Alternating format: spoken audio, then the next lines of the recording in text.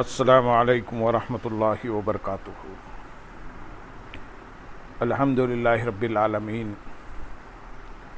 والصلاة والسلام علی سید المرسلین، اما بعد فاعوذ باللہ من الشیطان الرجیم، بسم اللہ الرحمن الرحیم۔ برادران عزیز و معزز خواتین، آج کی اس نشست میں سورۃ النور کی آیت نمبر 27 سے آیت نمبر 30 تک تمام آیات کا ترجمہ اور تفسیر پیش کرنے کی سعادت حاصل کی جائے گی۔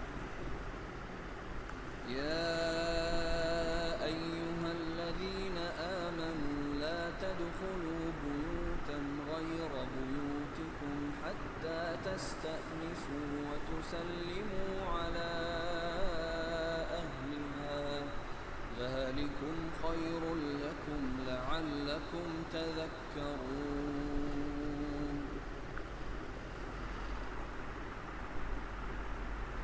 فإن لم تجدوا فيها أحدا فلا تدخلوها حتى يؤذن لكم وإن قيل لكم ارجعوا فارجعوا هو أزكى لكم واللہ بما تعملون علیم۔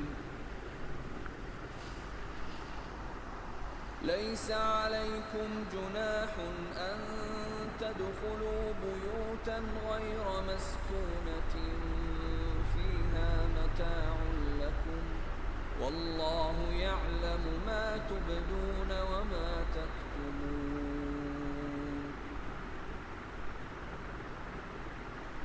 قل للمؤمنین یغضوا من ابصارهم ویحفظوا فروجهم ذلك ازکی لهم ان اللہ خبیر بما یصنعون۔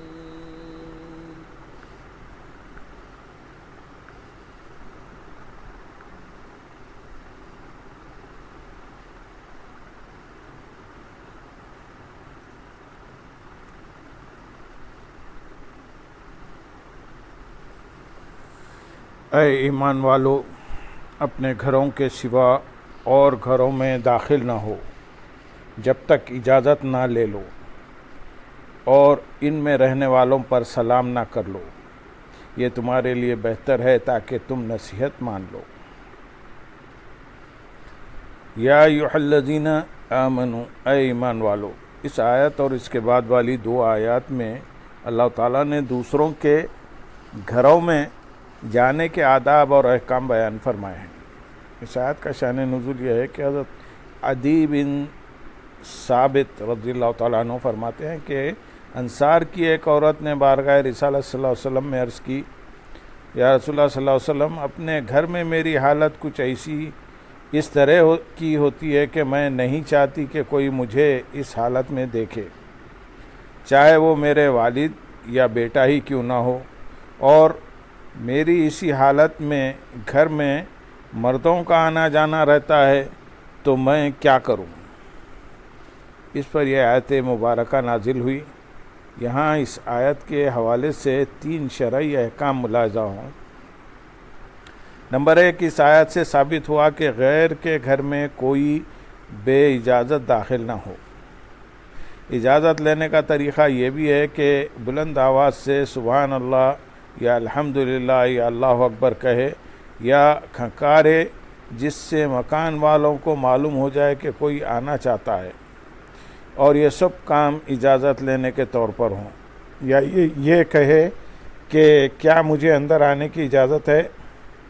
غیر کے گھر سے وہ گھر مراد ہے جس میں غیر رہتا ہو، خواہ وہ اس کا مالک ہو یا نہ ہو۔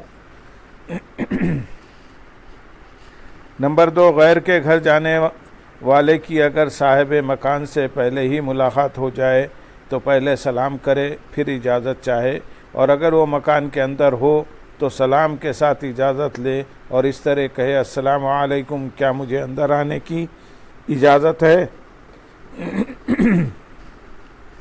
حدیث شریف میں ہے کہ سلام کو کلام پر مقدم کرو۔ یعنی بات کرنے سے پہلے سلام کیا کرو۔ اور نمبر 3، اگر دروازے کے سامنے کھڑے ہونے میں بے پردگی کا اندیشہ ہو تو دائیں یا بائیں جانب کھڑے ہو کر اجازت طلب کرے۔ حدیث شریف میں ہے کہ اگر گھر میں ماں ہو جب بھی اجازت طلب کرے۔ آیت نمبر 28 میں ارشاد ہے، پھر اگر تم ان گھروں میں کسی کو نہ پاؤ تو بھی ان میں داخل نہ ہونا جب تک تمہیں اجازت نہ دے دی جائے، اور اگر تمہیں کہا جائے واپس لوٹ جاؤ تو تم واپس لوٹ جاؤ، یہ تمہارے لیے زیادہ پاکیزہ ہے اور اللہ تمہارے کاموں کو خوب جاننے والا ہے۔ پھر اگر ان گھروں میں کسی کو نہ پاؤ، یعنی اگر مکان میں اجازت دینے والا موجود نہ ہو تو بھی ان میں داخل نہ ہونا جب تک تمہیں اجازت نہ دے دی جائے، کیونکہ غیر کی ملک میں تصرف کرنے کے لیے اس کی رضامندی ضروری ہے۔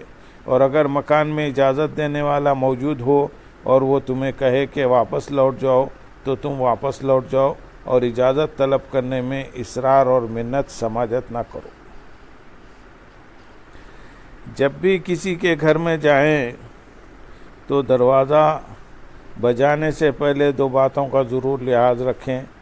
ایک، کسی کا دروازہ بہت زور سے کھٹکھٹانا اور شدید آواز سے چیخنا، خاص کر علماء اور بزرگوں کے دروازوں پر ایسا کرنا اور ان کو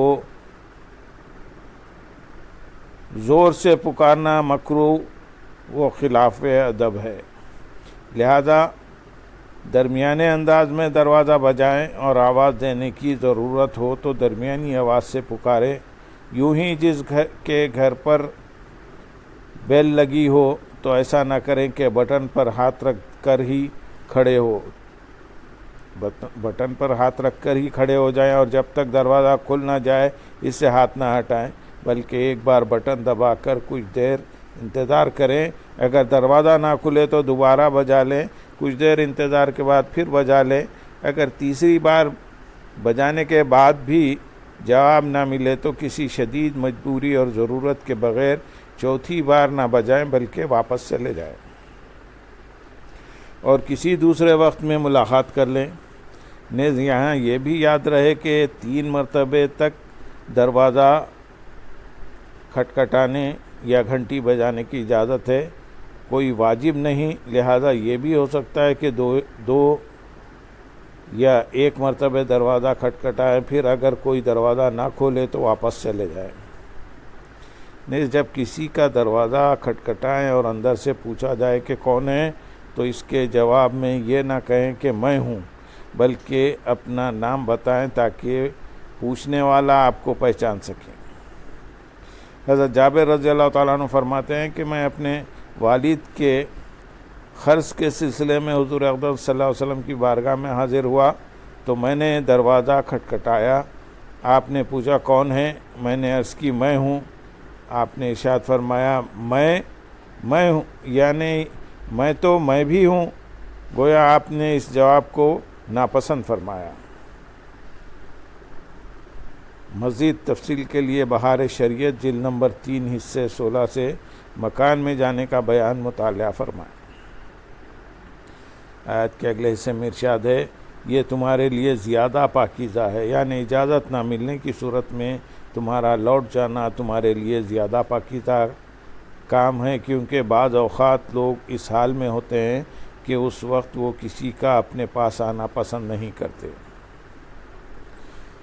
اس آیت کے کریمہ سے معلوم ہوا کہ اسلام نے ہمیں زندگی کے ہر چھوٹے بڑے معاملے میں اپنی تعلیمات سے نوازا ہے اور زندگی کے آداب سکھائے ہیں، نیز دوسروں کی سہولت کا خیال رکھنا بھی سکھایا ہے۔ آیت نمبر 29 میں ارشاد ہے، اس بارے میں تم پر کچھ گناہ نہیں کہ ان گھروں میں جاؤ جو خاص کسی کی رہائش نہیں، جن میں تمہیں نفع اٹھانے کا اختیار ہے، اور اللہ جانتا ہے جو تم ظاہر کرتے ہو اور جو تم چھپاتے ہو۔ اس آیت کا شان نزول یہ ہے کہ صحابہ اکرام رضی اللہ تعالیٰ عنہ کے جواب میں نازل ہوئی، جنہوں نے آیت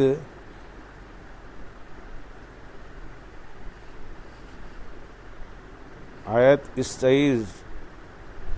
استئذان یعنی اوپر جو نازل ہوئی، اس کے بعد دریافت کیا تھا کہ مکہ مکرمہ اور مدینہ طیبہ کے درمیان اور شام کے راستے میں جو مسافر خانے بنے ہوئے ہیں، کیا ان میں داخل ہونے کے لیے بھی اجازت لینا ضروری ہے؟ اس پر فرمایا گیا کہ اس بارے میں تم پر کچھ گناہ نہیں کہ ان گھروں میں جاؤ جو خاص کسی کی رہائش نہیں، جیسے سرائے اور مسافر خانے وغیرہ، کہ اس میں جانے کے لیے اجازت حاصل کرنے کی حاجت نہیں اور ان سے تمہیں نفع اٹھانے کا اختیار ہے۔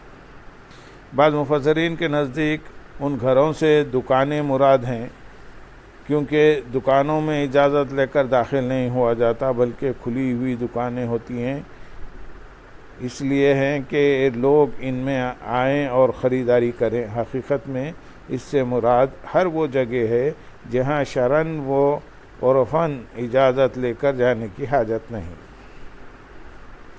اور اللہ جانتا ہے آیت کے اس حصے میں ان لوگوں کے لیے وعید ہے جو ان مقامات پر چوری وغیرہ کی نیت سے یا عورتوں کو جھانکنے کے لیے جائیں۔ یہ لوگ اس بات کو ذہن میں رکھیں کہ اللہ تعالیٰ جانتا ہے جو ظاہر کرتے ہیں اور جو چھپاتے ہیں۔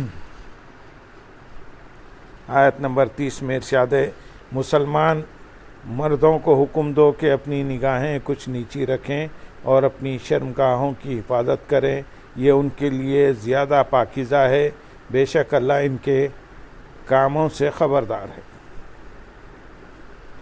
مسلمان مردوں کو حکم دو۔ اس آیت میں مسلمان مردوں کو حکم دیا گیا کہ وہ اپنی نگاہیں کچھ نیچی رکھیں اور جس چیز کو دیکھنا جائز نہیں اس پر نظر نہ ڈالیں۔ کثیر احادیث میں بھی مسلمان مردوں کو اپنی نظریں نیچی رکھنے اور اللہ تعالیٰ کی حرام کردہ چیزوں کو دیکھنے سے بچنے کا حکم دیا گیا ہے۔ ان میں سے چند ہم یہاں بیان کریں گے۔ نمبر 1، حضرت ابو سعید خدری رضی اللہ تعالیٰ عنہ سے روایت ہے، رسول اکرم صلی اللہ علیہ وسلم نے ارشاد فرمایا، تم راستوں میں بیٹھنے سے بچو۔ صحابہ اکرام رضی اللہ تعالیٰ عنہ نے عرض کی، یا رسول اللہ صلی اللہ علیہ وسلم، راستوں میں بیٹھے بغیر ہمارا گزارا نہیں، ہم وہاں بیٹھ کر باتیں کرتے ہیں۔ ارشاد فرمایا، اگر راستوں میں بیٹھے بغیر تمہیں کوئی چارہ نہیں تو راستے کا حق ادا کرو۔ صحابہ اکرام رضی اللہ تعالیٰ عنہ نے عرض کی، راستے کا حق کیا ہے؟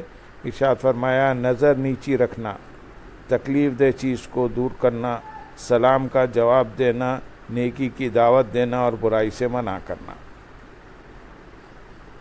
حضرت ابو سعید خدری رضی اللہ تعالیٰ عنہ سے روایت ہے، رسول اللہ صلی اللہ علیہ وسلم نے ارشاد فرمایا، ایک مرد دوسرے مرد کے سطر کی جگہ نہ دیکھے اور نہ عورت دوسری عورت کے سطر کی جگہ دیکھے اور نہ مرد دوسرے مرد کے ساتھ ایک کپڑے میں برہنہ نہ سوئے اور نہ عورت دوسری عورت کے ساتھ ایک کپڑے میں برہنہ نہ سوئے۔ تیسری حدیث حضرت بریدہ رضی اللہ تعالیٰ عنہ سے روایت ہے، حضور پرنور صلی اللہ علیہ وسلم نے حضرت علی کرم اللہ وجہہ الکریم سے فرمایا کہ ایک نظر کے بعد دوسری نظر نہ کرو، یعنی اگر اچانک بلا قصد کسی عورت پر نظر پڑ جائے تو فوراً نظر ہٹا لے اور دوبارہ نظر نہ کرے، کہ پہلی نظر جائز ہے اور دوسری نظر جائز نہیں۔ نمبر 4، حضرت ابو امامہ رضی اللہ تعالیٰ عنہ سے روایت ہے، حضور اقدس صلی اللہ علیہ وسلم نے ارشاد فرمایا، جو مسلمان کسی عورت کے حسن و جمال کی طرف بلا ارادہ پہلی بار نظر کرے پھر اپنی آنکھ جھکا لے تو اللہ تعالیٰ اسے ایسی عبادت کرنے کی توفیق دے گا جس کا وہ مزہ پائے گا۔ لہذا ہر مسلمان کو چاہیے کہ وہ اپنی نگاہیں جھکا کر رکھا کرے اور جن چیزوں کو دیکھنا حرام ہیں انہیں دیکھنے سے بچے۔ مزید ترغیب کے لیے حجت الاسلام امام محمد غزالی رحمۃ اللہ علیہ کا یہ کلام ہم آپ کے سامنے پیش کرتے ہیں۔ فرماتے ہیں، نظر نیچی رکھنا دل کو بہت زیادہ پاک کرتا ہے اور نیکیوں میں اضافے کا ذریعہ ہے۔ اس کی وجہ یہ ہے کہ اگر تم نظر نیچی نہ رکھو بلکہ اسے آزادانہ ہر چیز پر ڈالو تو بعض اوقات تم بے فائدہ اور فضول بھی ادھر ادھر دیکھنا شروع کر دو گے، اور رفتہ رفتہ تمہاری نظر حرام پر بھی پڑنا شروع ہو جائے گی۔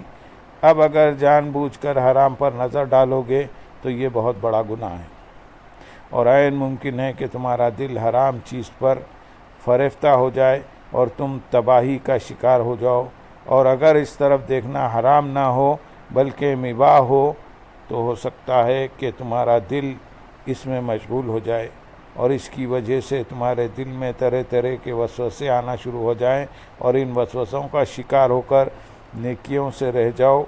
لیکن اگر تم نے حرام اور مباح کسی طرف دیکھا ہی نہیں تو ہر فتنے اور وسوسے سے محفوظ رہو گے اور اپنے اندر راحت و نشاط محسوس کرو گے۔ پردے کے بارے میں مزید معلومات کے لیے بہار شریعت جلد نمبر 3 حصے 16 سے دیکھنے اور چھونے کا بیان مطالعہ فرمائیں۔ آیت کے اگلے حصے میں ارشاد ہے اور اپنی شرمگاہوں کی حفاظت کریں۔